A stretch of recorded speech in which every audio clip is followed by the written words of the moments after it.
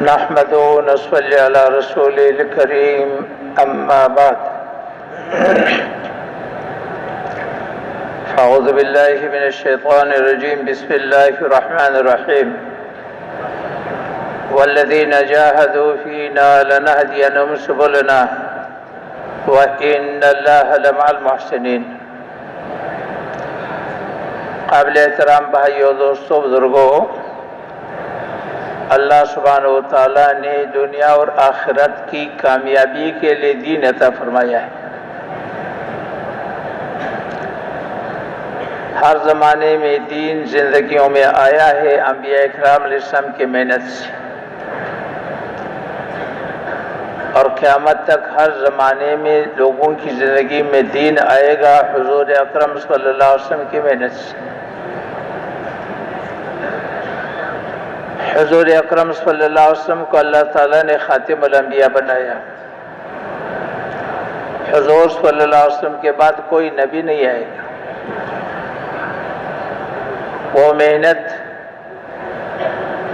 جو ہمیشہ اللہ سبحانہ تعالیٰ انبیاء کرام علیہ السلام کو دیا کرتے تھے، جو اللہ کے خزانے میں سب سے بڑی نعمت ہے، وہ محنت اللہ سبحانہ وتعالیٰ نے حضور اکرم صلی اللہ علیہ وسلم کی ختم نبوت کے طفیل اس امت کو اللہ نے عطا فرمائی.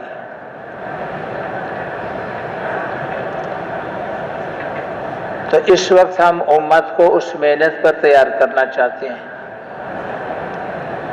پوری امت اس محنت میں لگ جائے جس کے اللہ جل شان، جس کے نتیجے میں اللہ سبحانہ و تعالیٰ دین کو زندہ فرماتے ہیں.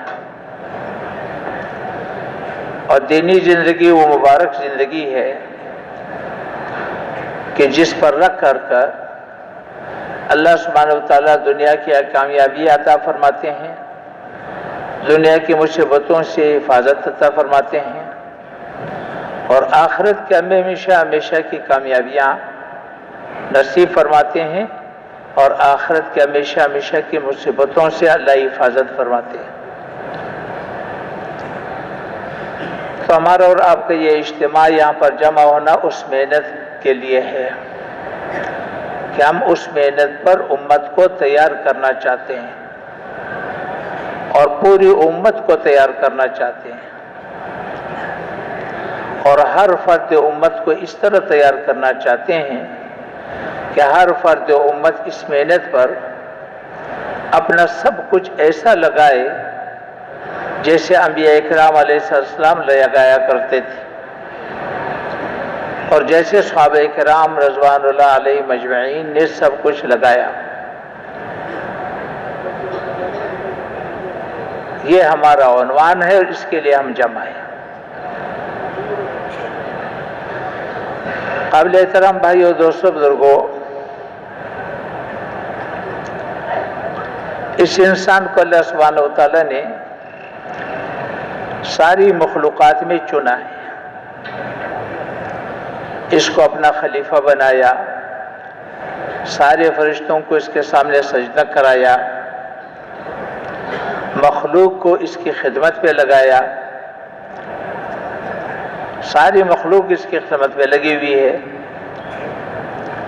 اس کو اشرف المخلوقات بنایا، اور اس انسان کو اللہ سبحانہ وتعالیٰ نے اپنے لیے بنایا. اللہ سبحانہ وتعالیٰ اس انسان کو ختم نہیں کرے گا. موت پر اس کی زندگی ختم نہیں ہوگی، نئی زندگی شروع ہو جائے گی. اللہ سبحانہ وتعالیٰ کہ وہ ذات ہے جو ہمیشہ کے لیے ہے، تو اس انسان کو ہمیشہ اپنے پاس رکھے گا.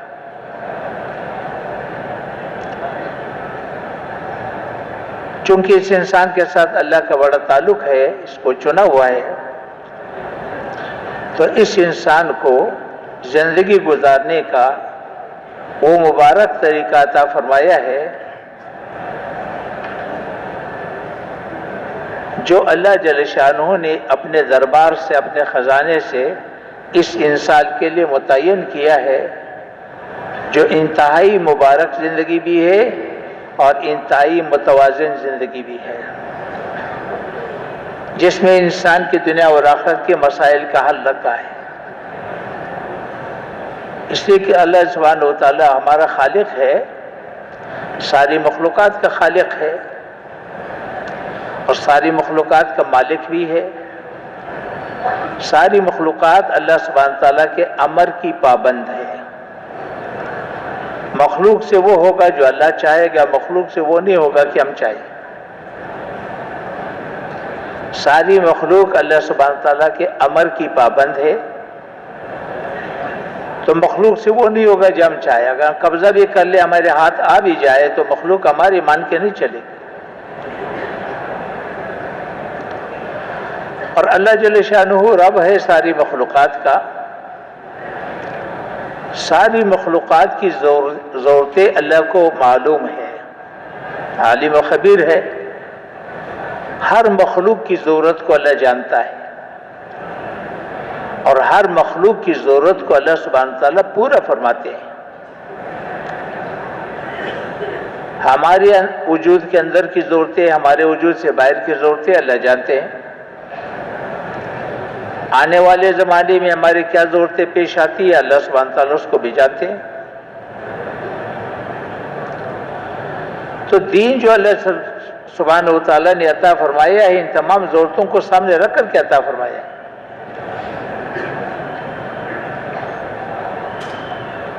اور اللہ سبحانہ و تعالیٰ تمام ضرورتوں کو جانتا بھی ہے، اس کو پورا کرنے کی قدرت بھی رکھتا ہے۔ اللہ پاک قادر ہے۔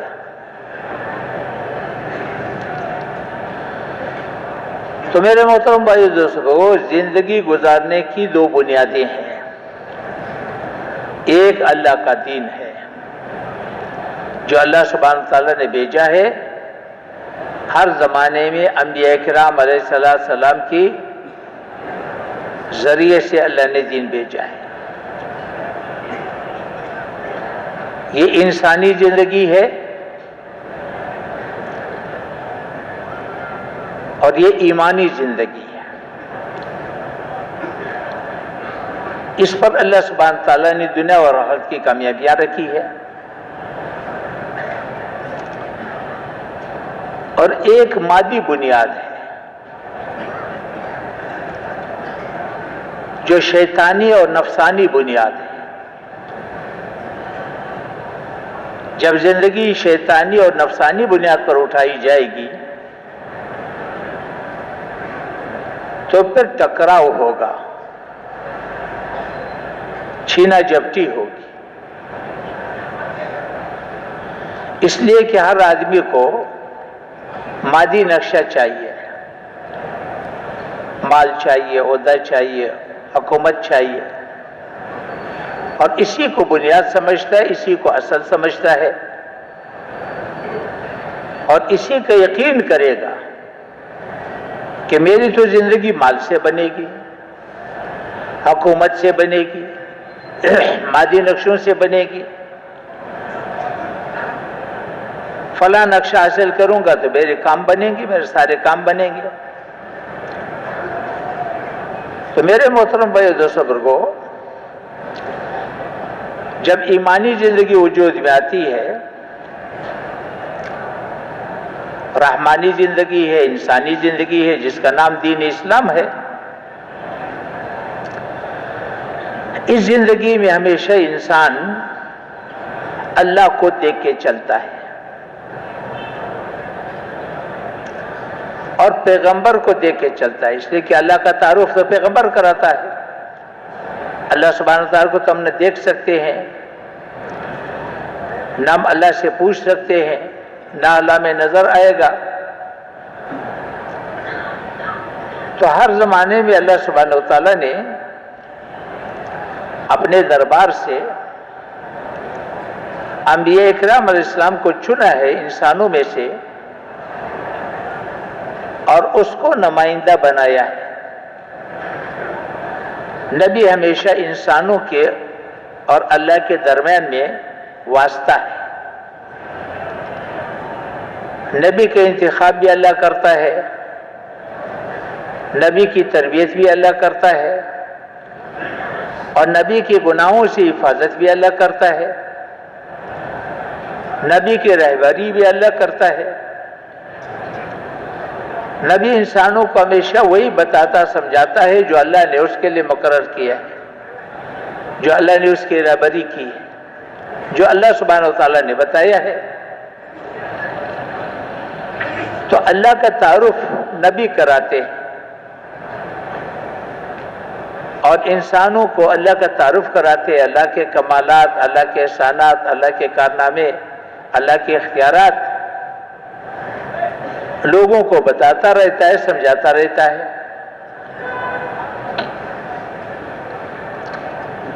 اور دین کی جو احکامات ہے وہ بتاتا رہتا ہے کہ اللہ کے یہ احکامات ہے، اور دین کو اللہ نے بہت آسان بنایا ہے، کوئی مشکل نہیں بنایا۔ اللہ نے جو سرمایہ دیا ہے اس سرمایہ کے استعمال کا طریقہ بتایا ہے۔ ہاتھ اللہ کی نعمت ہے، اس نعمت کو کیسے استعمال کرو کہ اللہ راضی ہو جائے۔ آنکھ اللہ کی نعمت ہے، اس کے استعمال کا طریقہ بتایا ہے۔ اسی طرح جتنے ہمارے اعضاء جوارح ہیں ان کا استعمال بتایا ہے، جو ہر انسان کو اللہ نے عطا فرمایا ہے۔ باہر سے کوئی چیز نہیں لانا پڑتا، جو کچھ اللہ نے عطا فرمایا ہے اس کے بارے میں احکامات دیے۔ تو دین پر چلنے والا ہمیشہ اللہ کو دیکھ کے چلتا ہے، اللہ کے نبی صلی اللہ علیہ وسلم کو دیکھ کے چلتا ہے، چونکہ اس انسان کو اللہ نے اپنے لیے بنایا ہے، ہمیشہ اللہ کے پاس رہے گا، موت پر اس کی زندگی شروع ہو جائے گی، اور اس کے کئی مراحل ہے، سکرات ہے، برزخ ہے، قیامت ہے، حشر ہے، پولیس رات ہے، ہمیشہ کی جنت ہے یا ہمیشہ کی جہنم ہے۔ یہ سارے مراحل ہر انسان پر آنے والے ہیں، وہ چاہے یا نہ چاہے۔ انسان کی منشا کے سے کوئی تعلق نہیں، ہر انسان پر آنے والے۔ تو دین پر چلنے والا ہمیشہ اللہ کو دیکھ کے چلتا ہے، نبی کو دیکھ کر کے چلتا ہے، اپنی آخرت کو دیکھ کر کے چلتا ہے۔ دین پر چلنے والے کا کسی سے گلہ نہیں ہوتا، کسی سے شکایت نہیں، کسی سے امید بھی نہیں، اس لیے کہ اس کا یقین ہے کہ مخلوق تو اللہ کے امر کی پابند ہے، مخلوق سے تو کچھ ہوگا نہیں، کرتا دھرتا تو اللہ کی ذات ہے۔ میں اللہ کو دیکھ کر کے چلوں گا تو اللہ جل شانہ میرا کام بنائے گا، اسباب کے ذریعے بنائے یا بغیر اسباب کے بنائے، مادی نقشہ مجھے ملے یا نہ ملے، میرا کام تو اللہ بنائے گا۔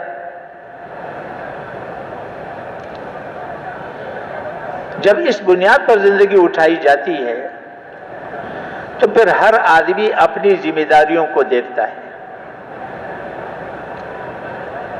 کیونکہ انسان کی زندگی ایسی ہے، اشرف المخلوقات والے نے بنایا،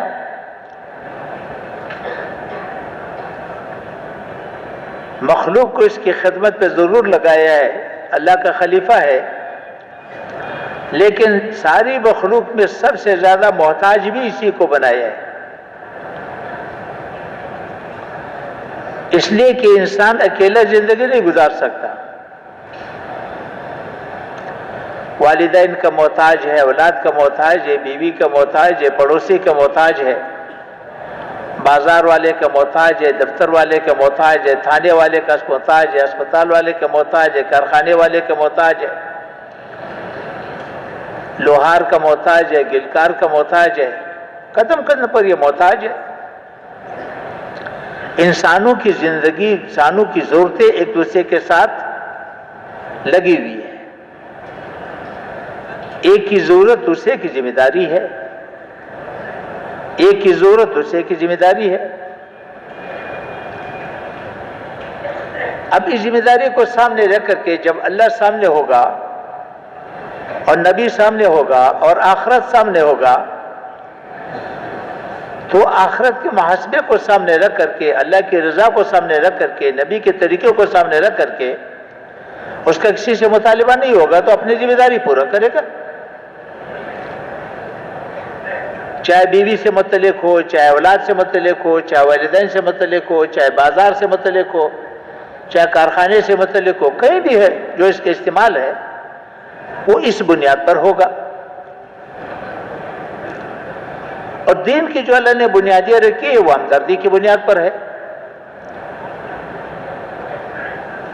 یہ تو محبتوں کا دین ہے، ہمدردی خیرخواہی کا دین ہے، دین تو خیرخواہی ہے۔ سب سے بڑا خیرخواہ تو اللہ ہے، سب سے بڑا خیرخواہ تو نبی ہے، نبی تو خیرخواہی کی بنیاد پر آیا ہے، تو اس کی بنیاد تو خیرخواہی ہے۔ تو یہ انسان جہاں جائے گا اس سے خیر ملے گا، جس سے واسطہ پڑے گا اس کو خیر ملے گا۔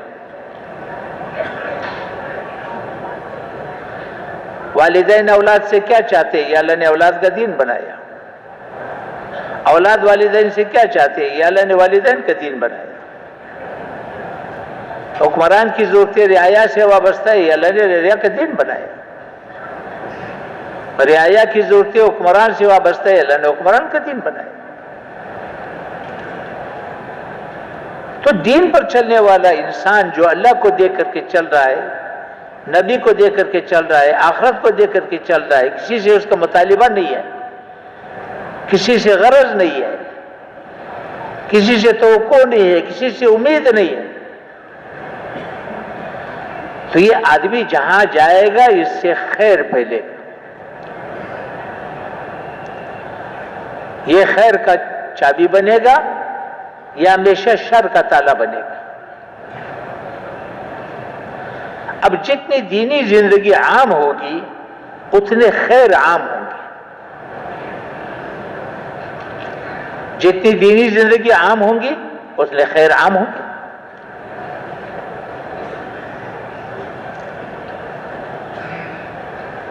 اور دوسری بنیاد ہے کہ مادیت سامنے ہو، مادیت کو اصل سمجھا جائے۔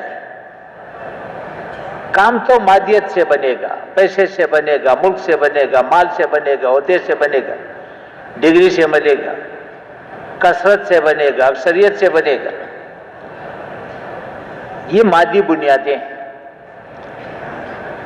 جب ان بنیادوں پر زندگی اٹھائی جاتی ہے تو پھر چھینا جھپٹی کی زندگی وجود میں آتی ہے،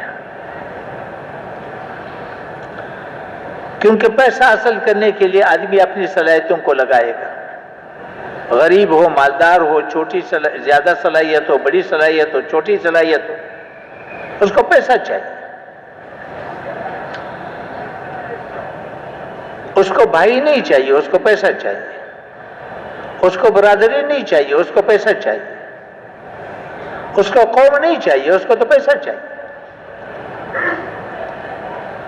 تو باپ اولاد کے ساتھ اسی بنیاد پر سلوک کرے گا، اولاد والدین کو اسی بنیاد پر دیکھے گا، بھائی بھائی کو اسی بنیاد پر دیکھے گا، حکمران رعایا کو اسی بنیاد پر دیکھے گا، رعایا حکمران سے یہی مطالبہ کرے گا۔ مادی بنیادیں ہوتی ہے جو ٹکراؤ کا ذریعہ ہے، ہمدردی نکل جاتی ہے، پھر یہ انسان نہیں رہتا، یہ حیوان رہتا ہے۔ حیوانی زندگی ہے، شیطانی زندگی ہے، نفسانی زندگی ہے۔ پھر یہ انسان نہیں رہتے تو بھیڑیا رہتے ہیں، حیوانیت کی زندگی ہے۔ اور حیوانی زندگی کے 3 مرحلے ہیں، 3 درجے۔ ایک حیوانیت کے وہ درجہ ہے جیسے گدھا، بکری، گائے، بھینس ہے، اس کو اپنے پیٹ سے غرض ہے، اپنی خواہش پورا کرنے سے غرض ہے. ساری دنیا کے گدھے بھوک سے مر جائے اس کو کوئی پرواہ نہیں ہے. اس کے سامنے گدھا بھوک سے مر رہا ہے، اس کو کوئی پرواہ نہیں. یہ پہلا مرحلہ ہے. پھر دوسرا مرحلہ درندگی کی زندگی ہے. بھیڑیا پیٹ بھرنے کے لیے بکری کی زندگی کو چھینے گا، شیر پیٹ بھرنے کے لیے گائے کی زندگی کو چھینے گا، اس کو برباد کرے گا، اس لیے کہ پیٹ بھرے گا، اس کو کسی سے ہمدردی نہیں ہوتی. اور پھر تیسرا درجہ وہ آئے گا جو زہریلے جاندار کی ہے، سانپ ہے، بچھو ہے، اس کی عادت بنتی ہے ڈنگ مارنا. بلے سے جس کو ڈنگ مارا اس کی زندگی ختم ہو جائے اور اس کو فائدہ بھی نہیں ملے گا. اس کو دوسرے کی زندگی برباد کرنے میں مزہ آتا ہے اور اسی کو کامیابی سمجھتا ہے. اپنی تجارت چل رہی ہے، اچھی طرح چل رہی ہے، لیکن پڑوسی کی تجارت کو چلنے نہیں دے گا. اسی طرح سارے معاملات ہیں. تو پھر حیوانی زندگی وجود میں آتی ہے. جب حیوانی زندگی وجود میں آتی ہے یہ پھر لعنتوں کی زندگی بنتی ہے، چھینا جھپٹی کی زندگی بنے گی. پھر ایک دوسرے سے بیزار رہتے، جہنمی ایک دوسرے سے بیزار رہتے، جہنمی ایک دوسرے پر لعنت کرتے ہیں. ہر جہنمی دوسروں کے لیے اذیت کا ذریعہ بنتا ہے. ہاں، یا اللہ انہوں نے ہمیں گمراہ کیا، اگر یہ نہ ہوتے تو ہم تو ایمان والے بن جاتے. تو بڑے کہیں گے ہم نے تمہارے گلے میں رسی نہیں ڈالی تھی، تمہارے پاس ہم بھی آئے، تمہارے پاس انبیاء بھی آئے، علماء بھی آئے، انبیاء کے نمائندے بھی آئے، تم نے ہماری بات مان لی، ان کی نہیں مانی. نہیں، وہ جو دن رات تم منصوبے بناتے تھے تو پھر کیا ہوگا؟ جلسے ہوں گے، جلوس ہوں گے، نعرے ہوں گے، ایک دوسرے کے گرانے، میدان گرم ہوگا، ایک دوسرے کو گراتے رہیں گے اور عوام جو درمیان میں پستی رہے گی. تو آسمانی نظام بدلنے کے لیے زمین والے کچھ نہیں کر سکتے. پھر جہنم کی زندگی وجود میں آئے گی. اگر اسی پر موت آ گئی تو مرنے کے بعد بھی وہ جہنم کی زندگی شروع ہو جائے گی جو بہت بڑی شدت کی زندگی ہوگی. اس لیے میرے محترم بھائی صبر کو، زندگی کی جو ایمانی بنیاد ہے، نبی بنیاد ہے، انسانی بنیاد ہے، وہ اللہ کا دین ہے جو اللہ نے بھیجا ہے اور نبی لے کر کے آیا ہے. اس کی بنیاد خیر خواہی ہے. نبی ہمیشہ ناصح ہے، نبی ہمیشہ امین ہے، نبی ہمیشہ خیر خواہ ہے. دین کی بنیاد خیر خواہی ہے، ہمدردی ہے، محبتیں ہیں. اس نے فرمایا کہ دنیا میں ایمان کے بعد سب سے بڑا عمل محبت ہے. شرک و کفر کے بعد سب سے بڑا گناہ فساد ہے. تو ہماری محنت یہ ہے کہ یہ زندگی وجود میں آ جائے، دینی زندگی وجود میں آ جائے، دین قائم ہو جائے. جو انسانی ضرورت ہے، بنیادی ضرورت ہے، دنیا کی بھی ضرورت ہے، آخرت کی بھی ضرورت ہے. ہر مرد کی ضرورت ہے، ہر عورت کی ضرورت ہے، ہر فرد امت کی ضرورت ہے. ماننے والوں کی بھی ضرورت ہے، نہ ماننے والوں کی بھی ضرورت ہے. جو ان کو مٹا رہے اس کی بھی اتنی ضرورت ہے، جو دین کو مٹا رہے ان کی بھی اتنی ضرورت ہے جتنے ہمارے رب کی ضرورت ہے۔ اب وہ محنت، یہ دین وجود میں آئے، دنیا کو اللہ نے دار الاسباب بنایا۔ اسباب کا پہلا مرحلہ بندے کے ذمہ ہے، دوسرا مرحلہ اللہ کے ذمہ ہے۔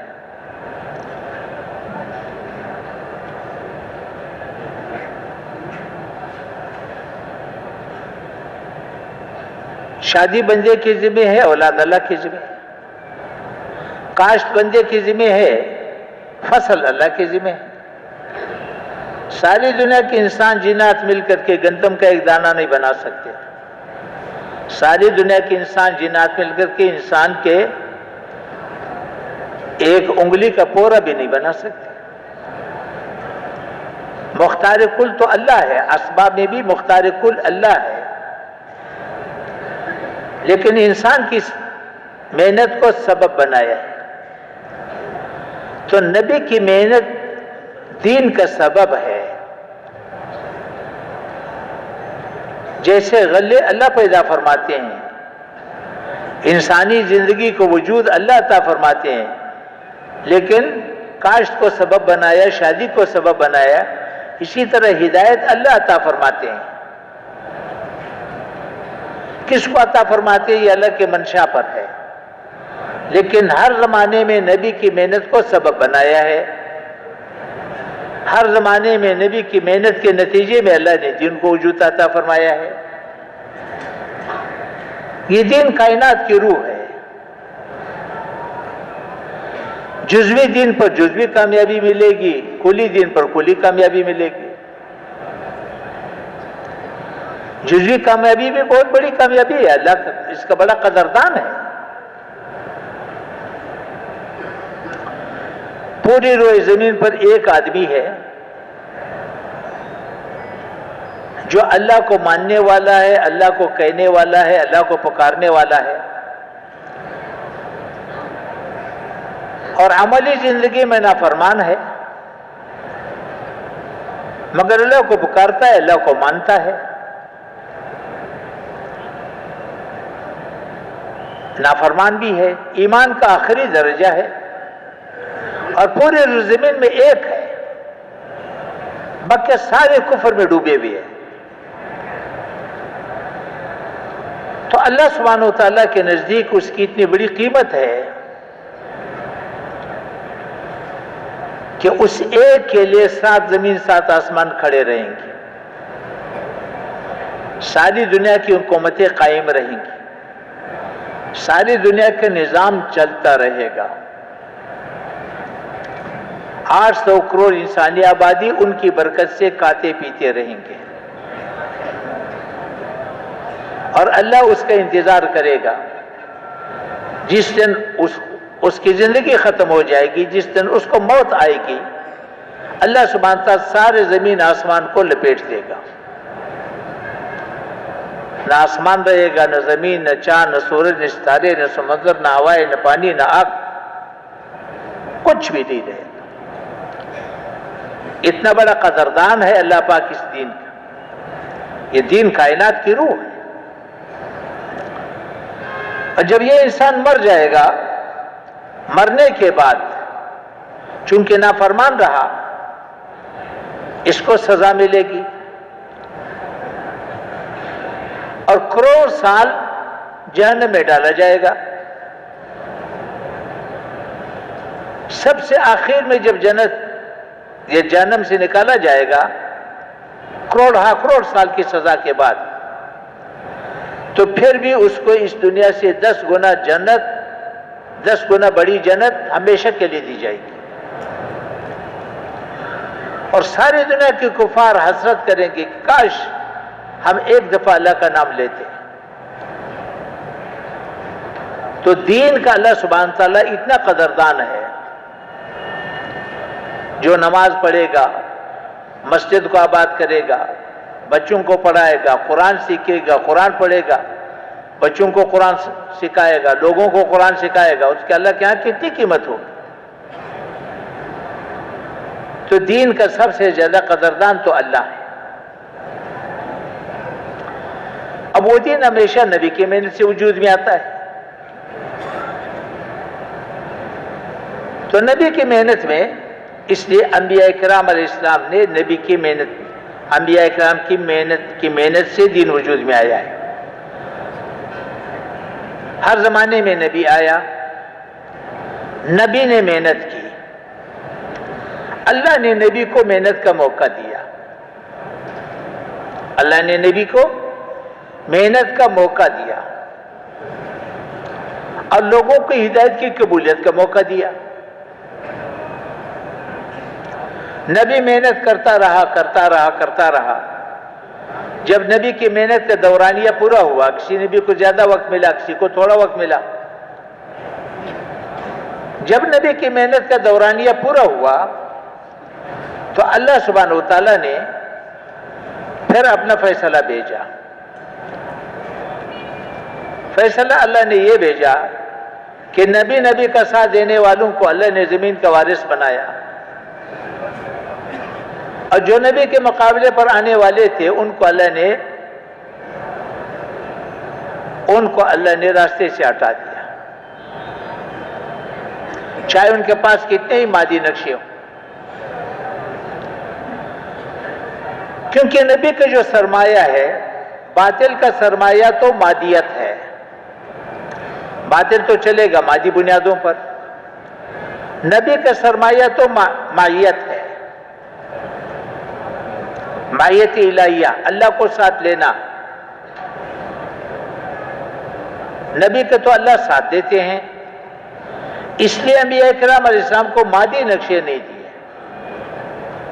مادی نقشوں کے بغیر بھیجا ہے۔ اگر کسی کو مادی نقشہ دیا ہے تو نبوت کے لیے نہیں دیا۔ جتنا انبیاء کرام علیہ السلام کی تفصیلی تذکرہ ہے، نوح علیہ السلام، ابراہیم علیہ السلام، موسیٰ علیہ السلام، نوح علیہ السلام، لوط علیہ السلام، ہود علیہ السلام، صالح علیہ السلام، جتنے بھی انبیاء کرام کے تفصیلی تذکرے ہیں، وہ سارے کے سارے وہ ہیں جو فخر و فاقے میں آئے، جن کو اللہ نے مادی نقشہ نہیں دیا، اور جن کے مقابلے میں بھیجا گیا ان کو مادیت کے ائمہ بنا کر کے بھیجا ہے، وہ مادیت کے مقتضا رہے، حکومت کے لحاظ سے، ملکوں کے لحاظ سے، مادی نقشوں کے لحاظ سے، اور پھر اس کمزور نبی کے ذریعے سے، یہ بے بس و بے کس نبی کے ذریعے سے اللہ نے مادیت والوں کو توڑ کے دکھایا ہے۔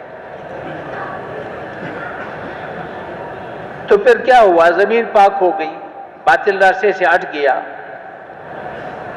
دین قائم ہو گیا، تو اللہ نے نبی کو اپنے پاس بلا لیا، اللہ نے نبی کو اپنے پاس بلا لیا انعام دینے کے لیے۔ دنیا انعام کی جگہ نہیں ہے، اس کا پیمانہ بہت چھوٹا ہے، ساری دنیا ایک سبحان اللہ کی قیمت نہیں بن سکتی، تو نبی کو انعام دینے کے لیے اپنے پاس بلا لیا۔ محنت ٹوٹ گئی، جب محنت ٹوٹ گئی تو نتیجہ یہ نکلا کہ دین میں خلل پڑ گیا، اس لیے کہ نبی محنت کا ذمہ دار ہے، امتیں ان کی معاون ہیں، امتیں نبی کی معاون ہوتی ہے، ذمہ دار تو نبی ہے۔ جب نبی چلا گیا، محنت ٹوٹ گئی تو دین میں خلل پڑ گیا، آہستہ آہستہ بدعات شروع ہو گئی، دین سے دوری شروع ہو گئی۔ پھر ایسا بھی زمانہ آیا کہ کفر چھا گیا اور دین مٹ گیا، اللہ نے پھر نبی بھیج دیا۔ تو انبیاء کرام علیہ السلام کے واقعات سنا کر کے اللہ نے یہ ضابطہ سمجھایا۔ نبی علیہ السلام کو خاتم الانبیاء بنایا، لیکن ضابطہ وہی برقرار رکھا، ساری انسانیت کو دین کا محتاج بنایا، دنیا اور آخرت کی کامیابی موقوف کر دی دین پر۔ دین کو اللہ سبحانہ تعالیٰ نے موقوف کر دیا نبی کی محنت پر،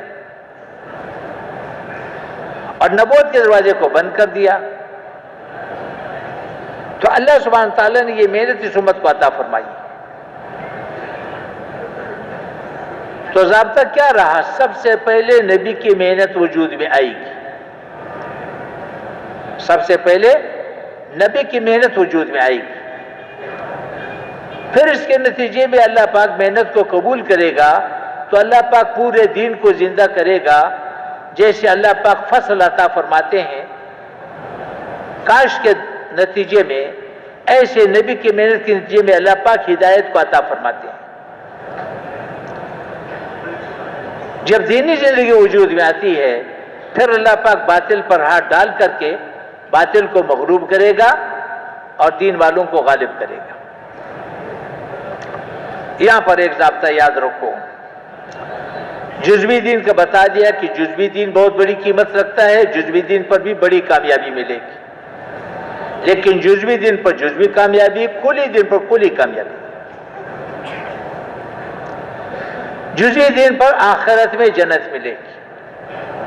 اب کتنے دیر کے بعد ملے گی یہ اس سے تعلق ہے کہ دین کا وجود کتنا ہے. اور کھلی دین پر اللہ باطل کو توڑ کے دکھائے گا، دین والوں کو غالب کر کے رکھے گا. یہ ضابطہ ہے. مگر ساتھ ساتھ یہ بھی یاد رکھو،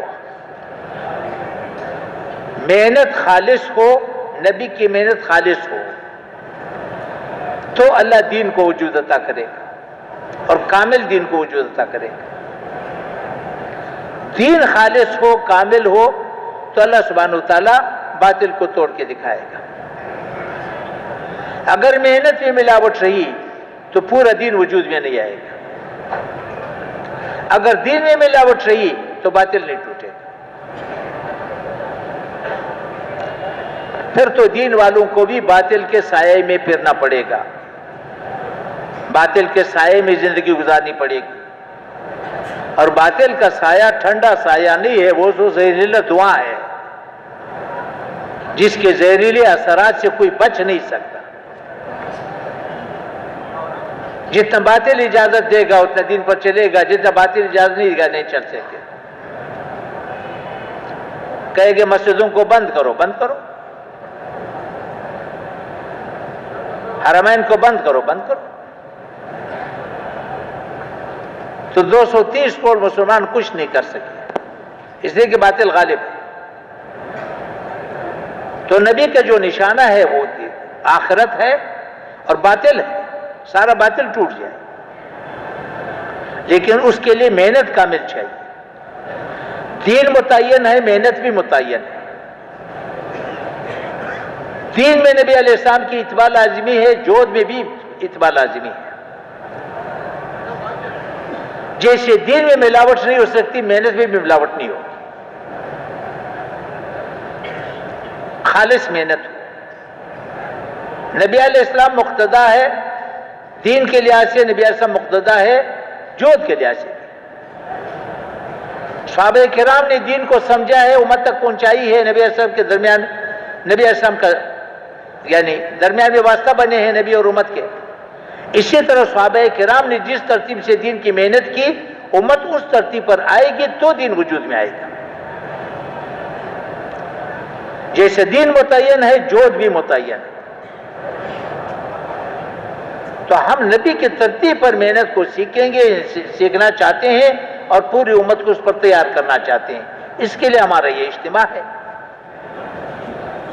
اب اجتماع کے لیے جو مجمع آیا ہے، اس میں جو نا یہاں پر اجتماع اصلی شکل پر رہے گا تو پھر تو یہ اجتماع خیر کا ذریعہ بنے گا. تو کہیں خدا نخواستہ یہ نہ ہو کہ اجتماع جو ہے نا کوئی اور شکل اختیار کرے. یہاں تو عمل کے لیے بلاتے ہیں، اعمال کے لیے بلاتے ہیں. اعمال میں بیٹھیں گے، یہاں کی بات سنیں گے، اطمینان سے سنیں گے، اپنے تقاضوں کو قربان کریں گے تو اللہ ہمارے دل کے دروازوں کو کھولے گا.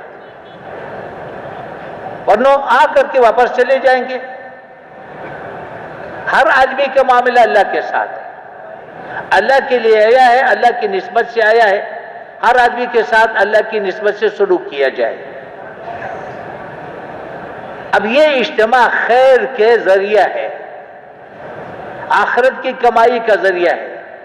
کسی کو بستر بچھا کر کے دے دیا تو خیر مل گیا، کسی کو جگہ دے دیا خیر مل گیا، اپنے بستر کو تھوڑا سا سمیٹ لیا اس کو جگہ دے دی خیر مل گیا، کسی کو وضو میں مدد دے دیا تو خیر مل گیا۔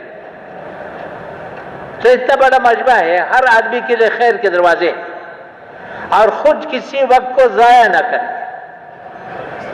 ایسا نہ ہو کہ وہاں سے تو اعمال کے لیے آ جائے، اعمال کو کھانے پینے پر قربان کرے، ملاقاتوں پر قربان کرے، کسی کے ملنے ملانے پر قربان کرے، تو ٹھیک ہے اجتماع تو گزر جائے گا، لیکن ہر آدمی اپنی پابندی کے مطابق اجتماع سے خیر لے کر کے جائے۔ تو اسے گزارش ہے سارے کے سارے پابند رہیں گے نا، رات بھی یہی گزاریں گے، پابندی کے ساتھ رہیں گے اور خیر سمیٹتے رہیں گے۔ خیر تو اعمال میں ہے اور اپنے ساتھیوں کے ساتھ سلوک میں ہے، کرتے رہیں گے نا۔ ٹھیک ہے، اللہ جزائے خیر عطا فرما دے، نماز کی تیاری کرو۔